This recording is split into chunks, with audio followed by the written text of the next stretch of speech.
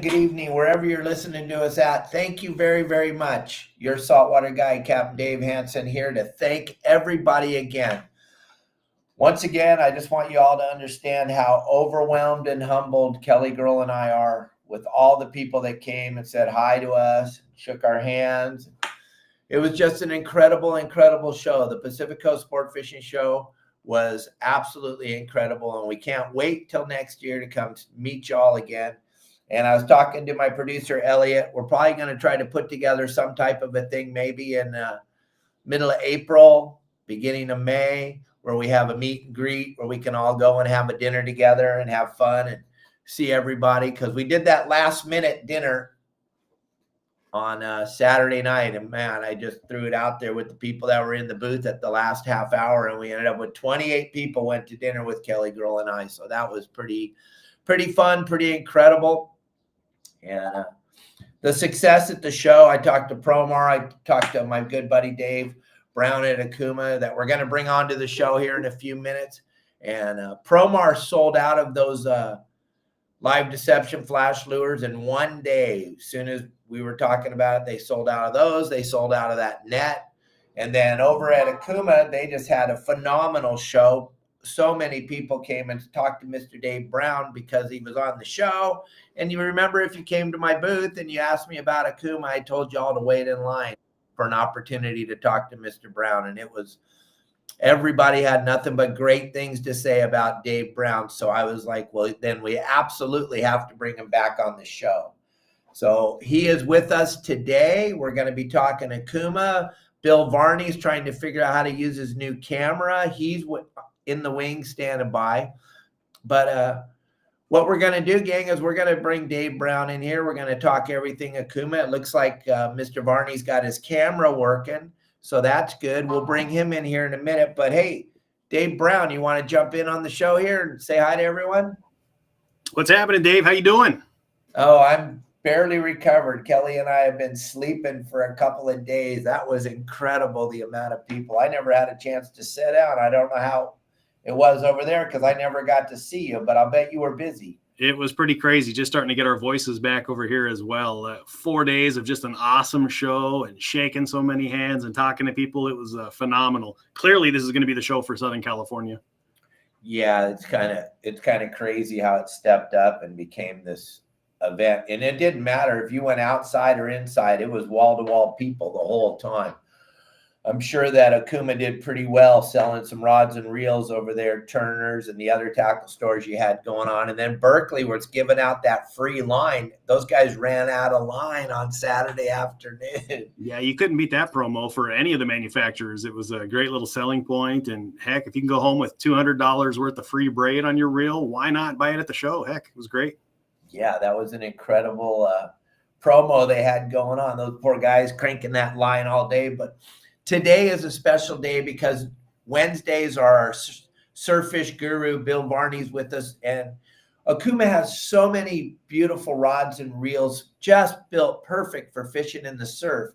So what I was hoping we could do today is you and Bill Varney, I can kind of sit back and listen, and you guys can talk about everything surf fishing because Okuma has so much cool stuff, especially your travel rod series, where guys can come down here to Cabo or go anywhere, and you have your surf, throw your spinning reel in your bag and have your beautiful travel rod ready to go. So why don't we bring in Mr. Varney? Oh, he's gone again. He lost his camera. Oh, well, that was quick. That was fun having Bill on the show. It was a good tease, though. It was a good tease. So real quick, while we wait for Bill to figure out, I want to show you guys this video Dave and I put together. We picked this out for you guys for this show.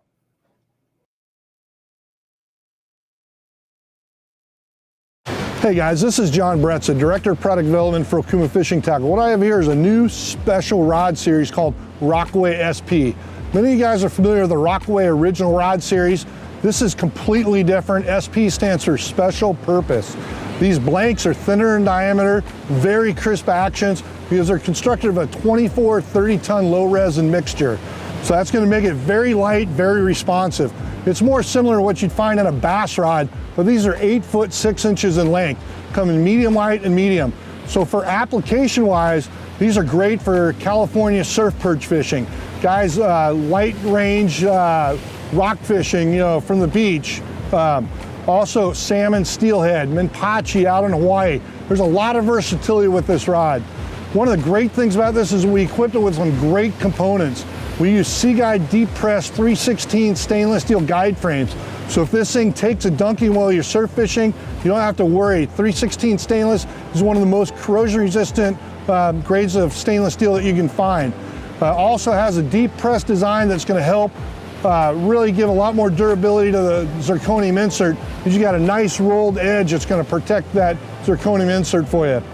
One of the features that I really like on this rod is the hook keeper. So whether you're using a small treble hook, a single hook, a smaller, larger size hook gauge, you actually have a trapezoid hook keeper, which actually has 3 legs. So it gives you a lot more versatility.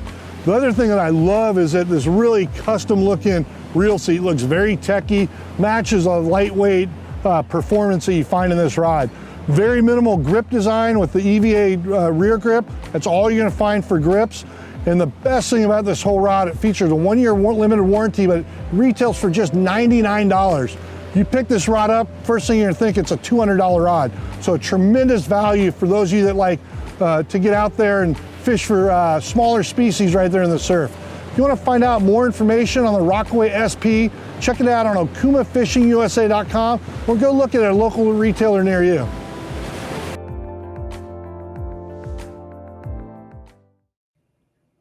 Well, thank you, I love the John. soothing tones of John Bretza.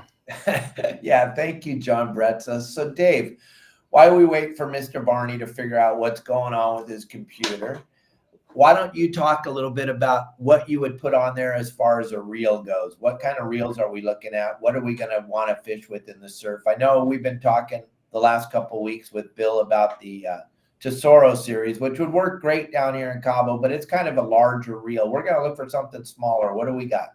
Yeah, certainly. First of all, those Rockaway surf perch rods or the SP rods are phenomenal rods. I think when John was just made that video, we just had the 8'6". We've also added a 10-foot and an 11-foot into that series as well. So there's 4 total models starting at just 4 ounces, which I don't remember if John mentioned, but that's really light for a surf rod for that length.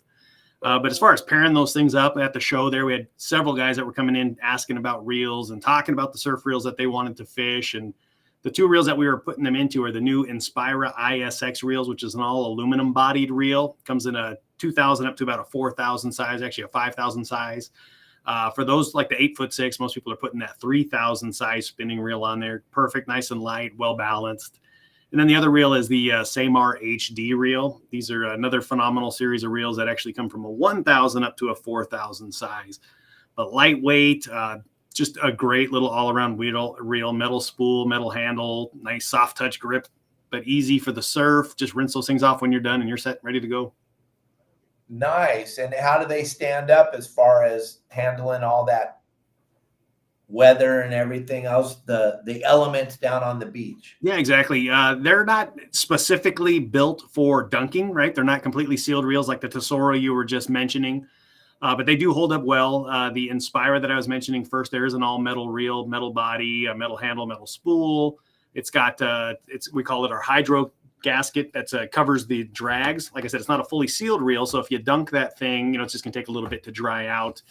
But it will keep the sand out of it. You don't want to roll those things, or it doesn't matter what brand or reel you have. You don't want to roll those things through the sand or get salt water inside of the components there. But they do hold up really well. What's different on that Inspira reel, and I don't have one here in front of me, is we actually got rid of the little switch on the bottom that most of the reels have, which allow you to actually reel backwards as well as forwards. So going forward on those types of reels, we're actually going to get rid of that switch. That Inspira does not have it. That's just one more component to get salt and all that kind of fun stuff in there as well.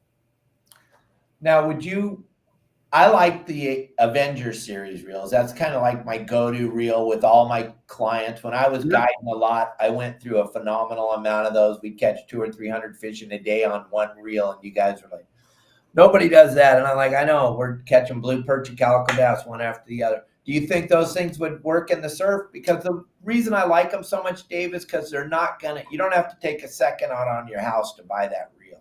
Exactly. Yeah, those Avenger reels is a series that we've had in the lineup since before I've started. I'm coming up on 18 years with Okuma. They're a carbon fiber bodied reel with a carbon handle. They're not super high end. They do have an aluminum spool, which is nice. Standard drag system, brass gearing, nice reels. But that's not going to be your go-to for search, for perch. As you mentioned, there's going to be a lot of fish that you can catch on those things. But same with any reels. Get home, rinse them off, maybe take the top off, and go through the spool. Make sure there's not a lot of sand buildup. You'll be absolutely fine. The big difference, Avenger, you're at about that $50 to $60 range. To get into that new Inspire I was just talking about, you're only at about the $100 to $120 range. So not a gigantic jump to get something that's going to be a little bit more specific for what you want to do out there. All right, we got the man with us. His camera's working. Can you hear us, Bill? I can hear you fine now. We're having some internet issues up here. Big storm. Big storm. I'm glad you figured it out. I'm glad you're together. We got Dave Brown here. You and Dave have a lot to talk about this surf fishing, rod reel thing. I want you to kind of run this thing. I'm going to kind of jump off and on, back and forth, and just leave the two of you, because there's a lot of people here that are doing this surf fish thing, want to do this surf fish thing. So while you and Dave Brown have your discussion, I'll throw up questions on the screen. We'll keep this going. But Bill, Dave Brown, Bill Varney. How you doing, Bill? Good to see you, Dave. Glad you survived the show last week. Yeah, well, I'm glad you survived the shows. I was shoveling snow last week. It was a big snow week, and today's going to be another big day of snow. So we're expecting about 3 feet up here in the Rockies. We're working so hard to make water for you guys down there in California. We're just working overtime. So we appreciate it. Hey, we got about it was rough. It got down to about a brisk 63 the other day out there in Costa Mesa at the show. Sunshine everywhere. It was rough. Horrible. Horrible.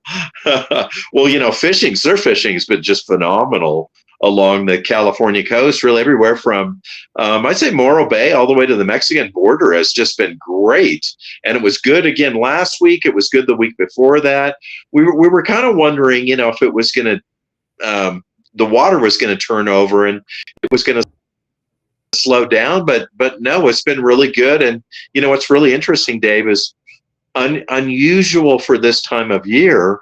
We've had a bunch of storms that have been down around New Zealand, Australia, Antarctica, and they have generated some really big swells down there.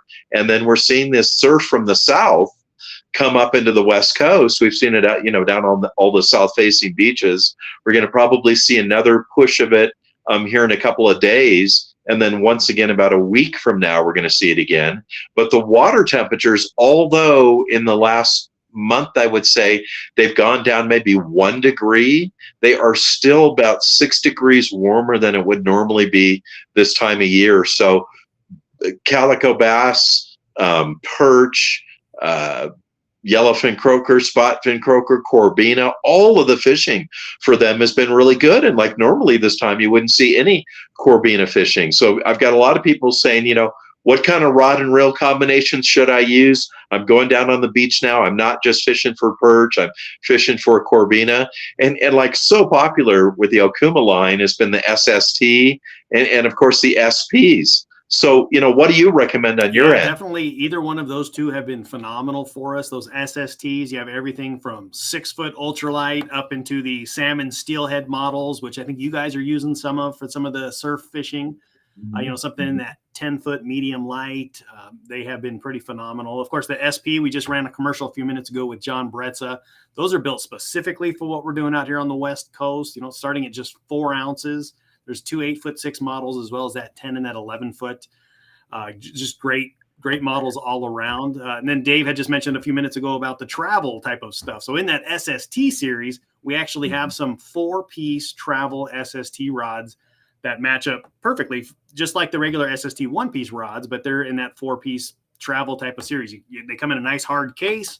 Throw that thing over the shoulder, either jump on a plane, throw it on your bike, throw it behind your seat in your car, head down to the beach, and you're ready to go. Match it up with a nice light reel, and you're set. When that 4-piece is broken down, how long is the case roughly? It's really, it'd be just about equivalent to whatever the lengths of those rods are. So if it's 4-piece and it's a 10-foot rod, you're looking at roughly 2.5 feet on each one of those pieces. So the tube's right in at less than 30 inches. So that's just something you could carry on your lap on the plane. Exactly. I And bet. it depends on the airline. You know, we've had the Nomad series of travel rods in the past, and depending on the airline or what airport you're at, they'll definitely cut you off on that as well. Excuse me. But they'll chase you around like it's a club. I travel with that travel rod all the time, and usually I put it down because they tell you to put your bags down below your feet. I put it down there on the floor. It doesn't even go into the next guy's seat. It's a bitch and way to travel with the rod, because nowadays, if you travel with your rods in a travel case, it costs as much as your ticket to fly. Yeah, exactly.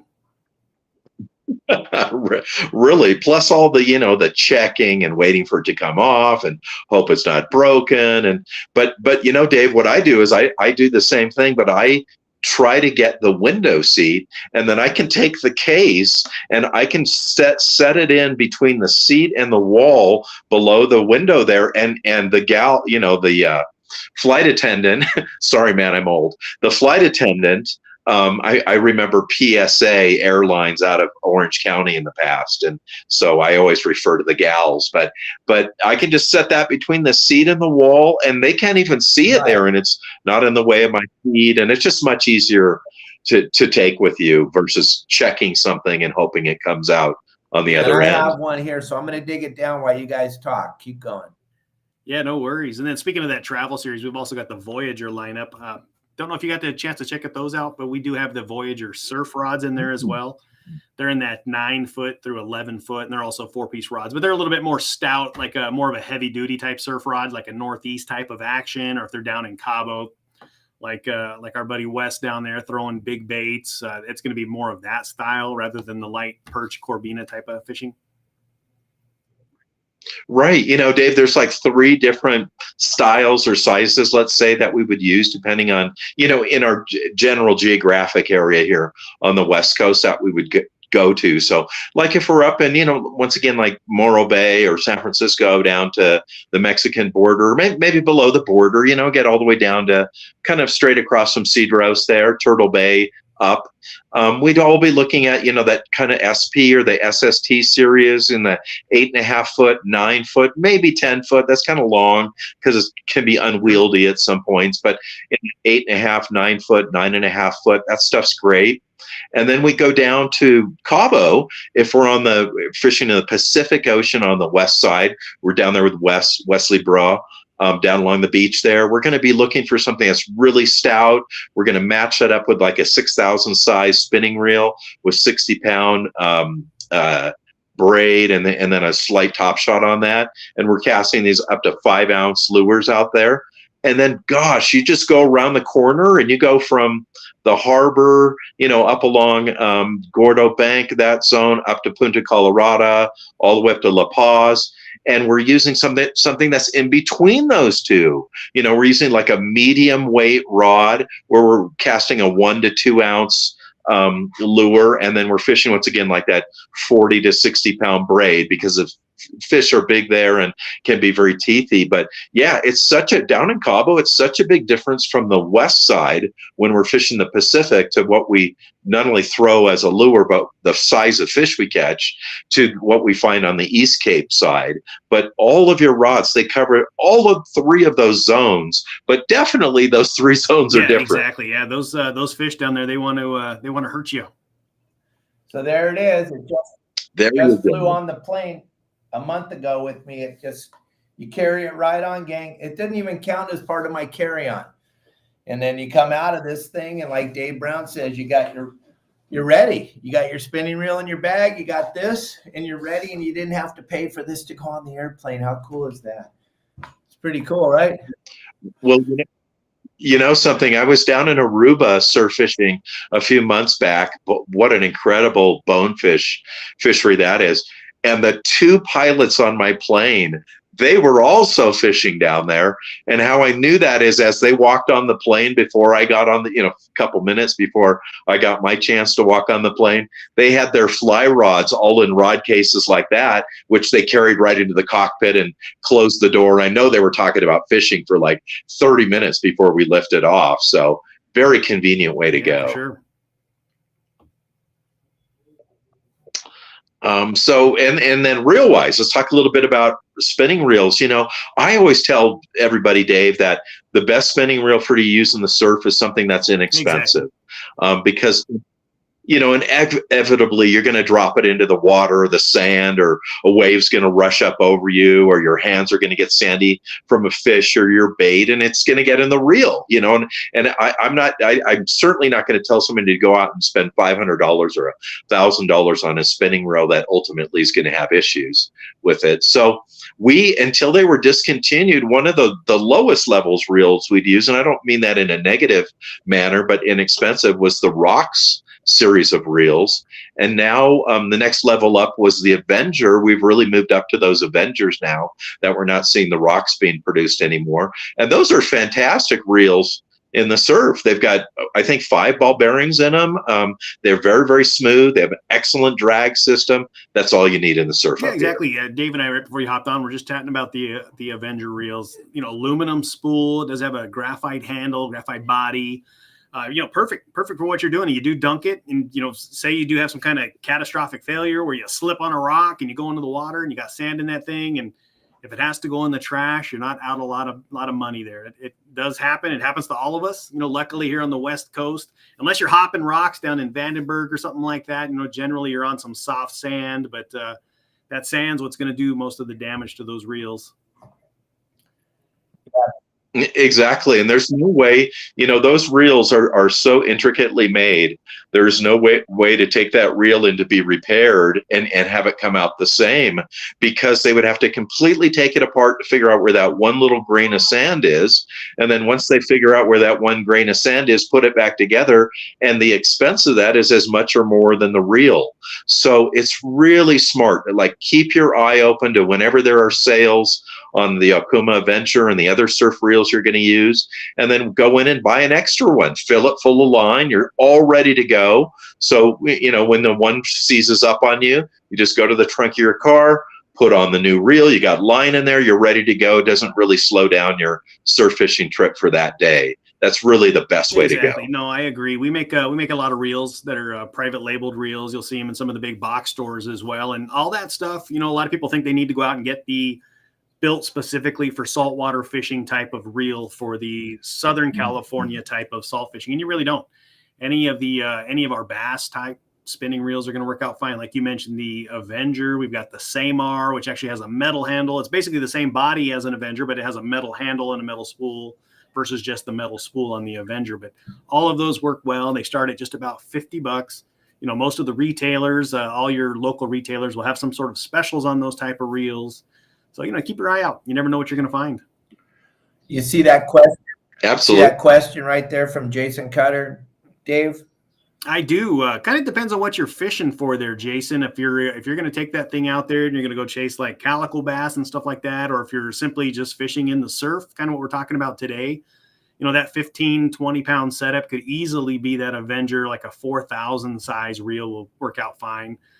Plenty of capacity on that reel and stopping power. But if you are going to start taking that thing out and heading out for some yellowtail, you probably want to bump that up a little bit. Something with a little bit more drag and a little bit more stopping power, like the Selena or the Cedro series of reels. And if you're going strictly monofilament on that thing, something in that 4,000 or 5,000 size is going to be fine. If you're putting some braid on that thing and then using that as your top shot, you could probably get away with something just a bit smaller as well.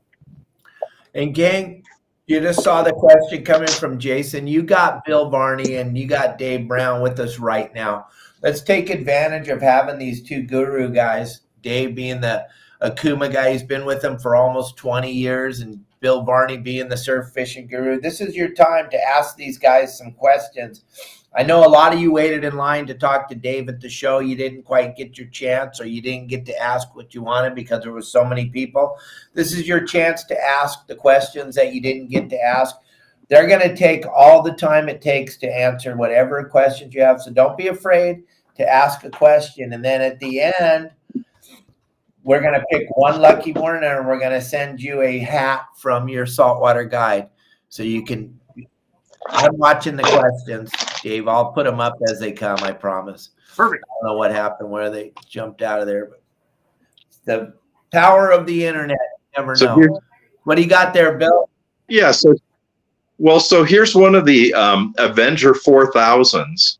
And so I'm normally going to fish like a 20, somewhere, in general, somewhere between a 2,500 and a 4,000 Avenger, depending on, what I'm fishing for and if I'm on the rocks or I'm on the sand. So if I'm down on the sand, I'm going to fish a smaller reel, 2,500 to 3,000 size. It holds about 220 yards of 6-pound monofilament. That's fine.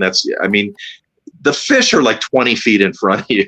So sometimes they're like 3 feet in front of you. So it's not like you need 4,000 yards of line and you're going to make these long casts or have these long runs. And then a 4,000 like this size, I'm going to use, I might fish 6-pound on this, but most likely 8 or 10 pound. And a lot of times I'll put this on a stiffer rod and I'll use these 4,000s for fishing the Lucky Craft, the Battle Star, all the hard baits in the surf for halibut. Once again, not ever worrying about what reel I use as to my line capacity, because all surf fish, and that includes white sea bass, but if you're looking at perch and corbina and spotfin, yellowfin, croaker, all those guys, they are never going to get hooked up and just go straight out to sea. They are always going to go back and forth along the beach because that's where they feel safest. So you don't need a tremendous amount of line capacity. What you do is need is a high quality reel that you can cast a distance so you can cover as much surface area as possible.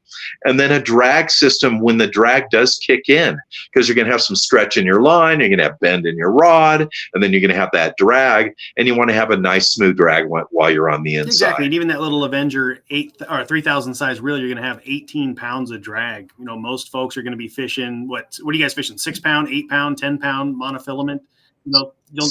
Six pound for 80% of the time, and 20% of the time, maybe 10 pound at the most monofilament. We're fishing those Lucky Craft hard baits, halibut fishing. You'll never get anywhere near needing that 18 pounds of drag. And as you mentioned, you don't have to, for the way I observe it in Southern California here is you're fishing a lot of these potholes or drop offs or everything that's very close to you, as you mentioned, within 20 yards.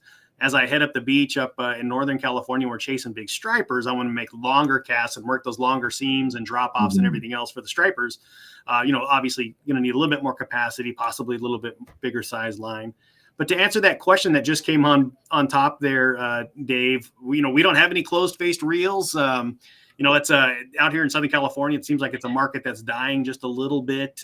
We do see it in the South, like through Texas. If you go into one of the big Academy sporting goods stores, there's a 40-foot gondola of closed face reels, but I couldn't even recommend one on that. Bill, do you have any kind of suggestion? Gosh, not really. Are you talking about like a bait caster style reel or a Zepco style reel? Zepco 882, or what is that thing we all had? I think everybody I knew, including myself, started out with a Zepco reel. My dad was no dummy. He just said, like, hold the button down and swing it over your shoulder and cast and let go the button when the rod gets past your head. We all use those, but in the surf, we so much use the spinning reels. I mean, we'll use bait casters for sure when we're fishing halibut fishing or lure fishing, where we're making 100 casts over and over again, and we're swinging that rod as hard as we can. But more times than not, we're going to use spinning reels, and the reason for that is their ease of use, A, and B, their accuracy. They're so accurate. When you're standing on the beach and you're 10 feet or 12 feet over from a jetty and you want to cast right along that edge of the jetty, there's a tendency for you to get a longer cast and more accurate by using that spinning reel. There's other times where we're trying this cast near a dock or by a piling or offshore next to a rock, all these things that we're aiming toward. And although I can do that with a bait caster with some skill, my distance of cast is generally not as long and accurate as it's going to be with spinning reels. All right. Dan Smith has a question for you, Bill. What is your favorite all-around shape of a sinker for the surf? Well, it has always been the sliding egg sinker. Of course, I'm going to use the sliding egg sinker in the surf because it's going to allow my bait to have a natural movement to it. It's not going to bind that sinker if it gets hung up with kelp or other thing, because it will slide. It's not going to bind on that line, and the bigger fish is going to break off because it's not only pulling the line, but it's pulling a big piece of kelp along with it. That kelp will be hung up on that sinker, and it will slide up the line and allow that fish to have the ability to go back and forth and wear itself out. But with that said, there has been some interpretations of the sliding sinker that are really worthwhile. And let me give you a couple examples of that. One is guys over time have flattened out those sliding sinkers so they don't roll along the bottom, which if you're tight to your sinker and you're bringing in ashore, you don't have that issue as much. But if you do leave it out there, it will roll to the side back and forth. So what they've done is they've taken a straw, and I don't know if in California you can get a plastic straw anymore, so you might have to go over the border to Nevada. Little inside politics there, but they've cut off a piece about 2 inches long. They'll slide it into the center of obviously a lead egg sinker, and then they'll put that in a vise and tighten it down, and it flattens out the sinker. And then because they have left the straw, that plastic straw inside of there, it doesn't flatten out the hole. It leaves the hole intact, and then you're able to slide your line through there. And that way you have a flat sinker on both sides, and it will not roll at all in the wave action. It will stay flat onto the bottom there.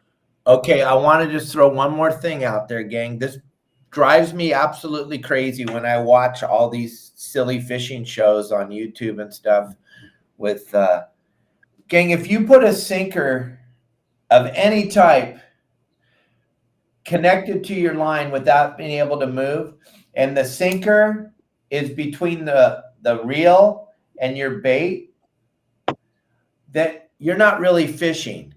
Okay, Dave Brown, Bill Varney, myself, we like to fish. We like to feel the bite. We like to be involved in the whole act of fishing. When there is a chunk of lead tied to your line, and then from your reel goes to the chunk of lead, then the chunk of lead hanging off the back of it is a piece of line with a hook and a bait on it.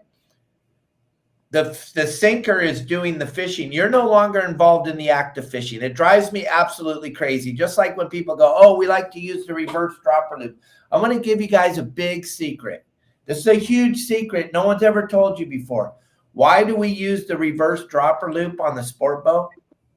Because we're taking people that have no idea how to fish, and we're allowing them to catch fish. They don't even know they have a fish. You really don't even know you have a fish till you wind it up. That's why the sport boat industry uses the reverse dropper loop, because we're taking tourists that have never fished before in their lives. We want them to catch something. But if you're going to be Dave Brown, Bill Varney, or Dave Hansen, we want to be connected from our rod to the hook. Now, the sliding sinker is the key because it allows that bait to get chewed on. The fish doesn't feel the sinker. So now you're involved in the act of fishing. I just had to throw that out there because it drives me crazy when members of my website and at the show, and they're like, I like to use a reverse. Well, if you like to use a reverse dropper loop, that's because you hate fishing.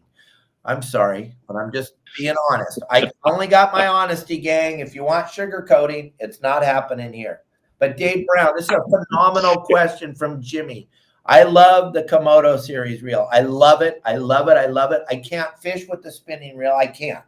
I don't even know how to hold it. It's backwards fishing. It wears out my shoulder. Holding the spinning reel is just, talk about the Komodo series compared to a spinning reel. Yeah. So, obviously the differences between bait cast and spinning are quite different. It just really becomes into a good personal preference on the two. If you grew up fishing spinning and it's something that you're very used to, I know a lot of professional bass anglers will have a full arsenal of spinning reels and not even touch the bait cast reel, where you got the bait cast type of fishermen who think that they're better than the spinning reel guy. But if you go to the East Coast in Florida, everybody's fishing spinning and nobody's got a bait cast reel, but just there's all kinds of different things about it. So, just for general knowledge, the spinning reel, when you're casting the spinning reel, and Bill mentioned that you can get longer, more accurate casts. Some people might feel the same on the bait cast reels, but when you're casting that reel, you open up the bail, that line is coming up in big loops directly towards your bait. So it's big loops. It's got to go to that big guide. That's that first guide. That's your stripper guide, they call it, right at the first guide that comes off of your reel. That big loop comes off, it hits that, it gets smaller and smaller, and then shoots out your line to the end. Now, there's nothing wrong with that at all. That's just the way that one works. Now, when you're fishing a bait cast reel, I happen to have one here in front of me. So when you're throwing a bait cast reel, your spool is not sideways, it's going forward. So that line comes out directly. There's no big loops coming off, and it just shoots out directly. Not that really has anything to do with your question at all, but that's just kind of how the way those two work. So like the differences between the two, like the Komodo Dave just mentioned, that's a stainless steel internal reel. So it's got stainless steel main gear, pinion gear, drive shaft, and spool shaft, built specifically for saltwater fishing. Now you'll get that same type of internal works on a spinning reel when you get up into the Tesoro reels, when you get into the Makaira spinning reels. They have complete system as well that's all stainless steel. Unlike the Avenger, the Samar, and a few of the others, you're going to have brass gearing, but you also don't have to worry about water intrusion as much on those. On a bait cast reel, you've got your spools that are right on the side, everything's lower. As you're bringing in that line, that water has a tendency, and it's a little bit more able to get into the internal workings of your bait cast reel. Whereas on a spinning reel, all of your components are down here, your spool's on the top, and there's not a lot of way for water to get down on the inside. So personally, I fish a lot of Southern California saltwater bass tournaments. I'm in the Spotty Bowl that's going on right now. My arsenal consists of 4 bait cast reels, and I'll usually have 1 spinning reel that I'll use for more of my finesse dock fishing. Something like a little spoon. Actually, I'm fishing a lot of our flutter nymph, which is a little 4-winged bait that drops right down the pilings and gets destroyed on those things. But that's my arsenal. So 4 out of my 5 setups, 80% is bait cast reels when I'm fishing my Southern California saltwater from the kayak or from the boat or from anything else. Now, if I'm surf fishing, I'll generally grab that spinning setup. So I'm going to fish that 2,500 to 4,000 size, like Bill was mentioning, on one of those longer rods, like an 8'6" SP. And you can really get that thing dialed in out there as well. Do you want to add on that, Bill? Sorry, I kind of rambled there a little bit. Yeah, no, I don't really have much to add to there. Really one of the differences, of course, in spinning versus bait casting is that when you cast out with the spinning reel, the line is coming off of the spool without spinning the spool and slowing the line down. It's exit down. And when you're using a bait casting reel, it's actually obviously turning the spool and thereby creating some friction that slows the line down. But the big difference there is that when I'm fishing at the beach and I'm using a bait caster, I'm using a 1/2 ounce to a 1 ounce Castmaster Crocodile. I'm using a 3/4 ounce Battlestar or Lucky Craft, and I am whaling on those things. My rod is a medium weight rod, so it has very little bend in the tip to it, and I am shooting that thing out offshore as hard as I can.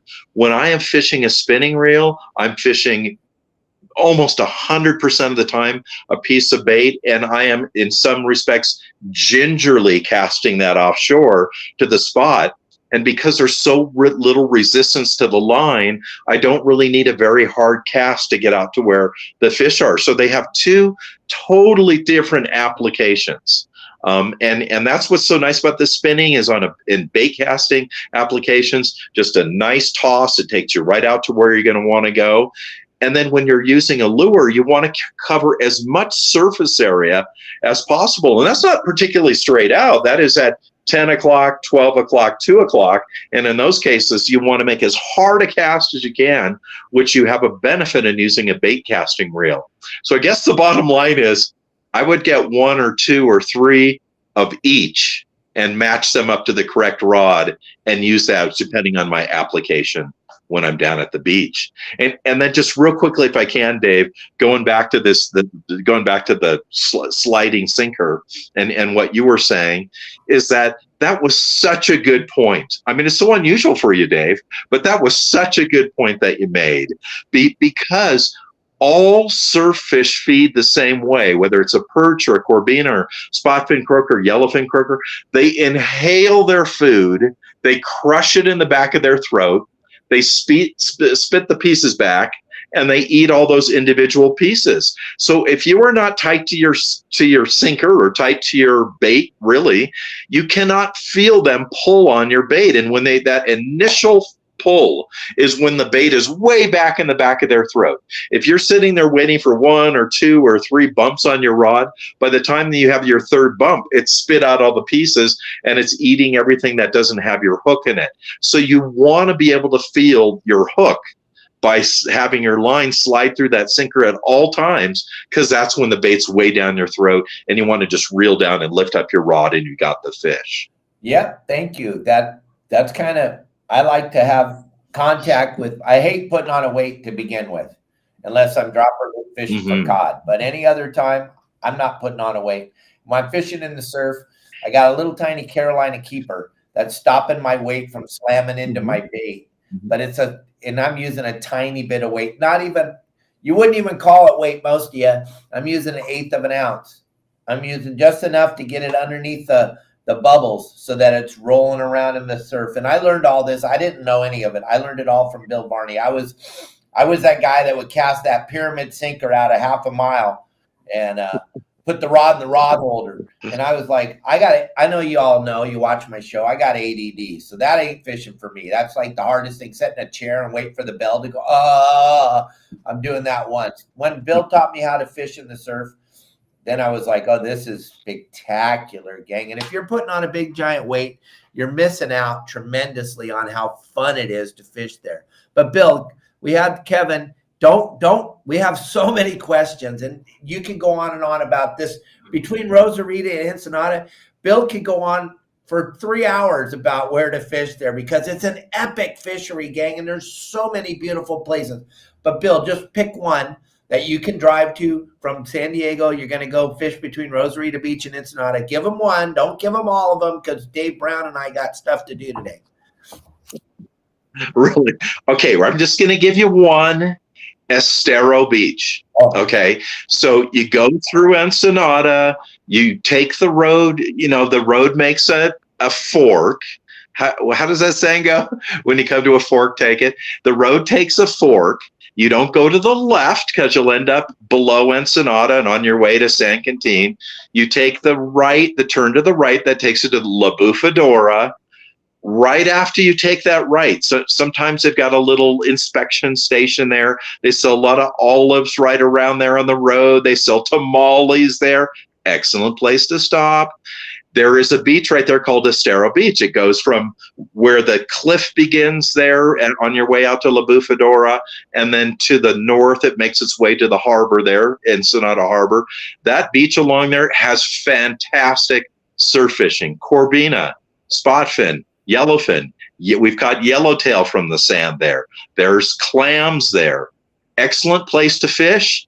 Fun place to camp right there, Estero Beach. Absolutely, gang. And if you've never seen it before, when the tide is coming in at Estero and you fish the Boca right there, we call it the Boca, but it is one of the most insane places. And you're going, this is only 2 hours from San Diego, and you guys are going to be fishing an estuary, which is almost like when you watch my Lopez Mateos videos and we're fishing the mangroves, it's almost like that without the mangroves because it's too cold up there. But it's an extreme fishery. And that was the very first place I ever saw live sand dollars. And I don't mean you can see one. You can see zillions of them. You're going to be blown away the first time you see one because we're all used to seeing sand dollars and they look white.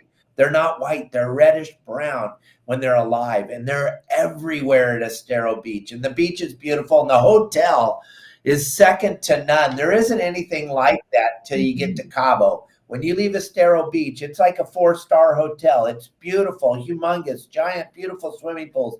And you could go there and stay for 3 or 4 days and fish that area, and it would be insane. So it's kind of a hidden gem. Bill let out the cat out of the bag. I never talk about it, but Estero Beach is epic. It's just, you guys, once you go there, you're going to go there all the time. It's going to be like on your checklist of places we have to visit every year. All right. So we can talk about that forever. We got plenty of questions for Bill, and we got millions of questions. Somebody said they know where you can get straws. They have thousands of them. All right. Estero Beach, we used to always camp there, and they would, and there wasn't like a gate, that you went through. You would just drive down the dunes, and then you'd set up and camp, and then they would come by the next day. Mexican national would come by and then ask you for money. So one of the first times we go down there, the guy comes over and he said, "Oh, senor, need to pay to be here." And we said, "Well, what is it?" And he said, "Oh, 3 peso." And my buddy looks at me and goes, 3 pesos? And I said, "Yeah, get out 2 quarters and give the guy 50 cents. 50 cents. Oh my gosh. John Larson, this is a perfect question. I do not fish sinkers for bluefin ever. I don't. If they're not biting the fly line, I have no desire to catch them. Dave Brown, you like to fish those things. First of all, I don't want to hook a bluefin 300 feet down. I can't even comprehend what that must feel like. It's got to be the worst feeling in the world to drag that thing up from 300 feet down. But Dave Brown, you've done it. I've seen the videos. I've seen you out there doing it. Isn't it fun? It's definitely effective. It's if they're not biting that iron, or if it's the middle of the night and they're not biting that fly line during the day, that sinker rig, if that captain yells down and says, "Hey, they're down at 300 feet," and a lot of times there's not another way to get down there. So that sinker rig with that rubber band setup is really effective. But now, I've already got 100 yards of line off of there, and then that tuna goes ripping off another 300 or 400 yards, and it just makes for a lot of fun. But it's it's a lot of extra weight. If I wish I can only fish 8 ounces when we're doing that. A lot of times we're fishing at least 16 to even 24 ounces if it's a ripping current. Mm-hmm. But yeah, it's effective. But it's different. I guess that weight is in front of the hook. So, right, it is. But I don't do that. That's just, we're only talking about me. I only tell you what I do. But there's plenty of guys that do it. They're very successful. When you got to bite is when that 16-ounce weight stops going out, because you didn't hit the bottom. It's 3,000 feet deep. So it's a way to do it. I'm not into that kind of way to do it, but there are plenty of people, just like Gordon here, talking about this. And Billy, Dave, you guys know what this rig is, because Dave, you're going to be at the Bassmasters Classic here next week. So you know all about this rig that Gordon's talking about. He uses the Texas Carolina rig, catch from the bank all the time. Talk about that, Brownie. Yeah, certainly. Texas and the Carolina rigs. There's several different ones. The Tokyo rig's been another big popular one as well. But that Carolina rig fishing is fairly easy to set up. Your weight is in front of the bait, but of course it is a sliding sinker, like you mentioned. So just, you're keeping that with that 24 inches a leader, maybe longer, maybe a little bit shorter, depending on how cloudy and everything your water is and the depth that you're fishing, but super effective. I know some of the, on the bass side, a lot of times you're using a bead in front of that little torpedo type of weight. I know a lot of the guys on the surf are doing the same. Bill's probably doing the same when he's fishing the Carolina rig, but incredibly effective. And you can feel every bite as you're kind of guiding that down the surf. If it is rolling, of course, you're not going to get a flat weight in the Carolina rig. You have anything on that, Bill? Yeah, that's exactly obviously that's the rig that we use probably 90% of the time in the surf. And the rule that we use there, as far as our leader is concerned, is that the bigger the surf, the shorter your leader. The smaller the surf, the longer your leader. Because if we're, all surf fish feed on the bottom. I was thinking about that this morning. I was trying to put them into categories when I was taking a shower today. Boy, love taking a shower. It gives you time to think, And I was thinking about how the length of the leader really has so much to do with surf fishing. all surf fish feed on the bottom. So what fish don't feed on the bottom in the surf? Well, fin bait fish. So I'm not fishing for a mackerel when I'm in the surf. I'm not fishing for a big smelt when I'm in the surf. I'm fishing for what occurs on the bottom, the halibut, the spot fin, the yellowfin, the perch. They're all feeding down there on the bottom. So if I have a day where the waves are, let's say chest high, which is like today, or even head high today on west facing beaches, I'm going to shorten my leader way down to about 12 inches. Because if my leader is 24 inches or 36 inches long, it's way up here at the top, and the fish are way down here at the bottom, feeding at the bottom. So the bigger the surf, the heavier the wind, the stronger the current, the shorter my leader, all the way down to 12 inches or so. And then I go out, for example, by the time we get to Monday, we're going to have a very strong Santa Ana going on, although the surf's going to be still big. If I went to a beach where the waves were small, the wind was blowing lightly offshore, I might go 24, 36-inch leader where it's really calm and my bait's going to stay down on the bottom there. So bigger surf, shorter leader, smaller surf, longer leader. And gang, here's something. You got to be confident with whatever you're using. So if the sinker above the hook method works for you and it works, just you got to keep doing it. What I was trying to explain to people was the way I do it. And I'm sorry I lumped you all in on it, but the way I do it is my whole thing is having contact with the bait. If you watch the history of sport fishing, the very first thing the very first episode starts out with me talking about my dad. Then at the end of the first episode of the history of sport fishing, it talks about how important, or the only reason why we all fish is for the bite. That's the only reason. Once I get a bite, I can hand the pole to anybody. I don't need to wind in another fish. I want the bite. I want to feel the whole thing. Like Bill said, when the fish crushes the bait and spits it back out, when you don't have a weight in between that, you get to feel it. You get to feel him take your bait in. You get to feel the crush, and you get to feel them spit it out. That's the cool thing about braided line. You feel everything. I fish 4-pound braid in the surf. I'm a weirdo, but I like to feel everything. So that's why I don't like the sinker. But whatever you're using, you have to have confidence in it. Whatever you feel is going to work, you can't switch it up now, because the minute you throw out what I'm telling you, and you don't get a bite right away, you start second guessing yourself, and all you want to do is change back to what you got bit on.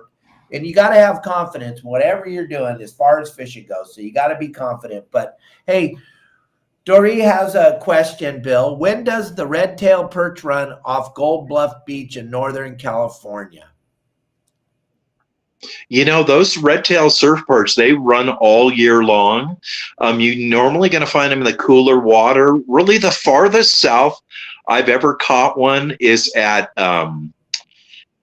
Pacifica Beach, which is just directly out in front of San Francisco, the city of San Francisco.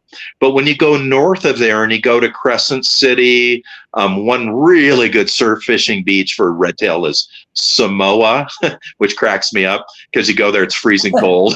It's it should be called the Un-Samoa. But all of that stuff in central, or really kind of northern California, north up into Oregon, is where you're going to find those red tail surf perch. If you look at the state park map from San Francisco to the Oregon border of where all of the California state parks are that are on the water, on the ocean rather, every single one of those state parks has fantastic red tail surf perch fishing. And those red tails, they look a lot like, of course, the barred surf perch, other than the fact that their fins and their tail are all pink. But they're excellent eating and very, very prolific in that Northern California area. You can easily catch 10 of them in an hour.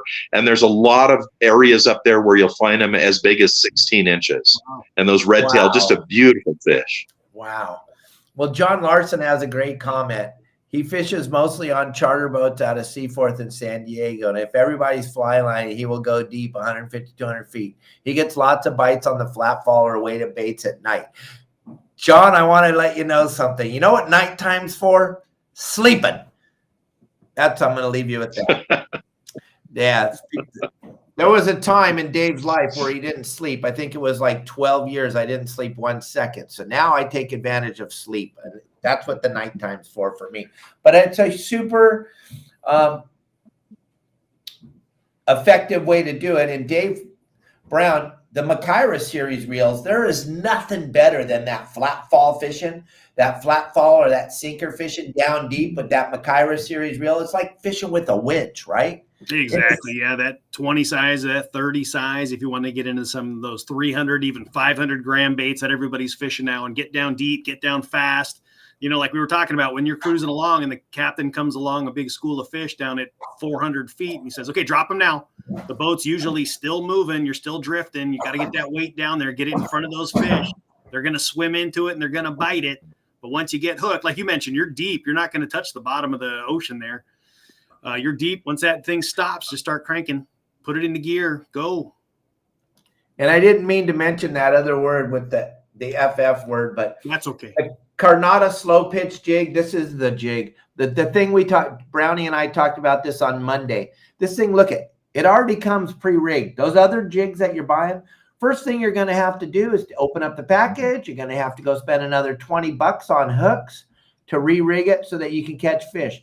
The slow pitch jig that Carnata or that Fish Labs makes, look at this thing's already ready to go. Look at it. You can already see this thing inside the bluefin's mouth. This thing's set up. This is the sardine anchovy pattern kind of deal. You know, I showed you guys last week on Monday the red orangish colored one that would match the hatch when we start seeing that red crab, which for all intents and purposes, talking to Todd Manser and the rest of the guys at the show, we're in a full El Nino mode. So get ready. Red crabs are coming.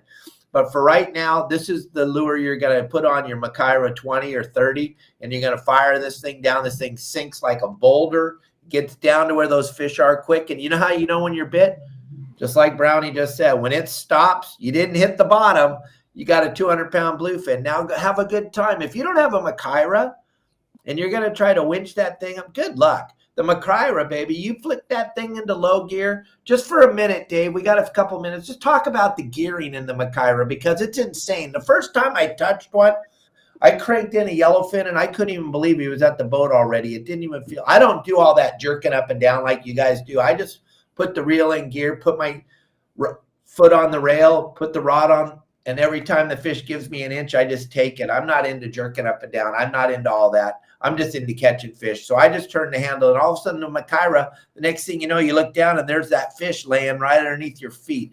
Talk about the gearing for just a second. Yeah, certainly. If you jump up into like that 50 size, like the SEA Makyras, you're looking at a 1-to-1 gear ratio. So every time you crank that handle, you're making one revolution of that spool, and you're going to gain on that thing. You know, it's going to take you a little while going 1-to-1, but you're going to gain on that thing like there's no tomorrow. The fish really don't have a chance on those things.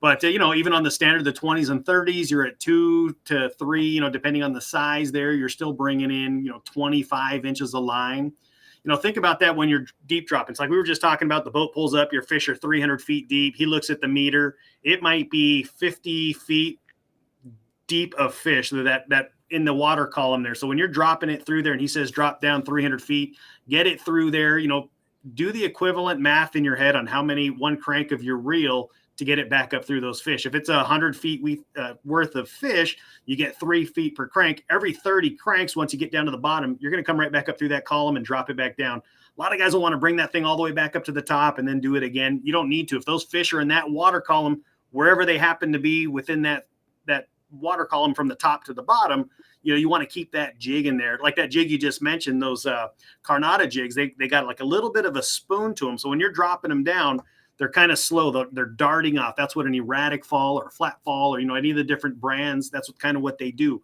You want to keep it within that column where those fish are the whole time. A lot of times a knife jig will just zip right through them. The fish will go by. They won't see them. And you're going to get those things on the return and on the retrieve. And that's kind of where that happens there. But, you know, on those Makyras, on the high speed, it's not a high speed reel, but you're still looking at getting 3 to, you know, almost 4 feet on the high speed retrieves of like the Alejos. But when you're able to get 3 feet per crank, you're going to get that up through those fish. As soon as you hit that thing, you know, then you're going to be able to fight it. And like you mentioned, with the rail rod, set it on the rail, put that thing in your armpit and get down. And as that boat sways up and it starts to come back down, that's when you're going to make your cranks. You don't have to pump that thing and hurt your back, hurt your arms, burn out your biceps, which mine are gigantic, so I don't have a problem. But hit that thing on the rail, let that thing come up, and then crank it back down. Let the boat come up, and then just crank that thing back down, and let the rod do the work. Those things are stiff. That fish makes a run, it's going to work its way back up with the stiffness of that rod. That is a perfect explanation. Now, listen, I got my good buddy Devin Cruz on here, Bill Varney, and he has a great question, and then we're going to wrap it up here. Bill, what could you talk about the strong riptide and what's the advantage to fishing that? You and I kind of went over it before offline, but go ahead and talk about that for a minute. Okay, I'm just going to give you kind of a quick explanation about that. And so much in fishing, certainly in surf fishing and freshwater and in general saltwater, is very simple. As human beings, we overthink it all the time. So, when it comes to surf fish, and it comes to really all fish that are out there, with the exception of a couple of them, fish don't have hands. Fish have no way of going inside the surf line and digging into the sand to get a sand crab or a clam or a worm like we do as human beings. So they're always waiting for, and that's why they're in the surf line. They're looking for an area where they have churned up water, off-colored foaming water, where the bottom is getting churned up and they're able to find food that way.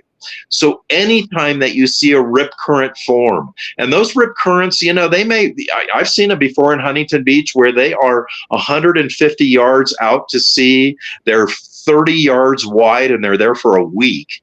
And then I've seen ones that will form that will be 10 feet wide, go out 40 feet into the ocean, occur for 5 minutes and disappear completely. Whether you find the one that lasts for days or the one that just occurs for a few minutes, those are churning up the bottom. They are churning up all the food that's down there for the fish. And instead of the fish having to wait for the waves to crash and churn food up from them, it's just naturally doing it with this rip current that's going, or riptide as people commonly call them, although they are a current. And so whenever you see those, you want to fish the edges of those. You want to fish down the middle. Not too long ago, I was down at the Newport jetties, and one formed in between the jetties, and I cast out right into it within 2 cranks. I had probably a 14-inch barred perch that I fought into shore and got in. And by the time I got it off the hook and threw it back in and let it go, I looked out. Well, that rip current, it wasn't in front of me anymore. It was 100 yards down the beach. So, of course, I'm light line surf fishing. I don't have any junk with me. I got all my gear that I need in my pockets. I got my rod. So I run down the beach. I take a cast right into the edge of that thing, 100 yards down the beach, and boom, within two reels of the reel, I got a fish and I find them into shore. So they may stay in one area, and you want to fish the edges of it. You want to fish down the middle of it. And if it moves down the beach, you want to move down the beach with it also. Those rip currents are definitely where the fish are, and all fish are attracted to those rip currents. Spotfin, yellowfin, corbina, perch, they're all right there. Whenever you see those rip currents, fish right in them. You look for that foaming, off-colored, churning water. That's where the fish are at the beach. Same thing down here in Cabo.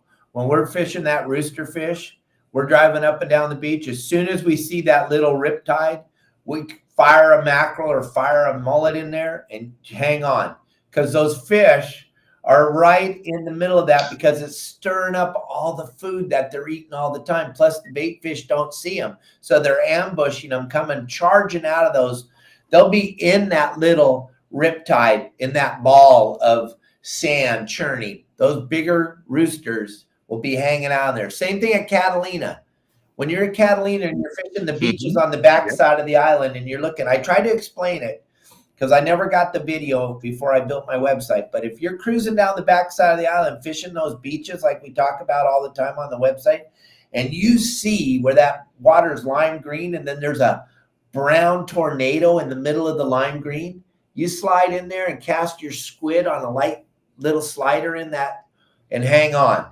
You're going to get a big sargo, you're going to get a bat ray, shovel-nosed shark, or a white sea bass. Whoever gets to your bait first, all of them are in that ball of brown, just like Bill just talked about it. It's an amazing, amazing thing. It's like finding a kelp patty offshore. When you can find that riptide, you're like downtown. Here we are. We're staying right here, and it's fish after fish after fish, and I don't care where you are. So pay attention to all that when you're out there fishing. Dave Brown, tell them one time, how can they find Okuma? You can head over to okumafishingusa.com. And if you're looking for some of those baits like Dave was talking about, fishlabtackle.com. Piece of cake. And gang, I like this format. I really do. I like having Bill. I like having Dave on here on Wednesdays. So we'll probably try to do it more than not.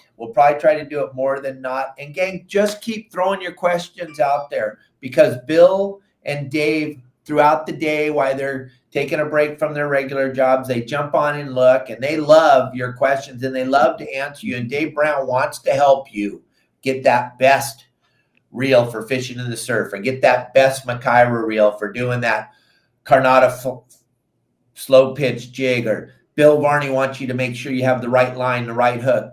Check out Bill Varney's calendar. Bill, tell them about how to get a hold of your book and all the other bitchin' things you got going on. Thank you so much, Dave.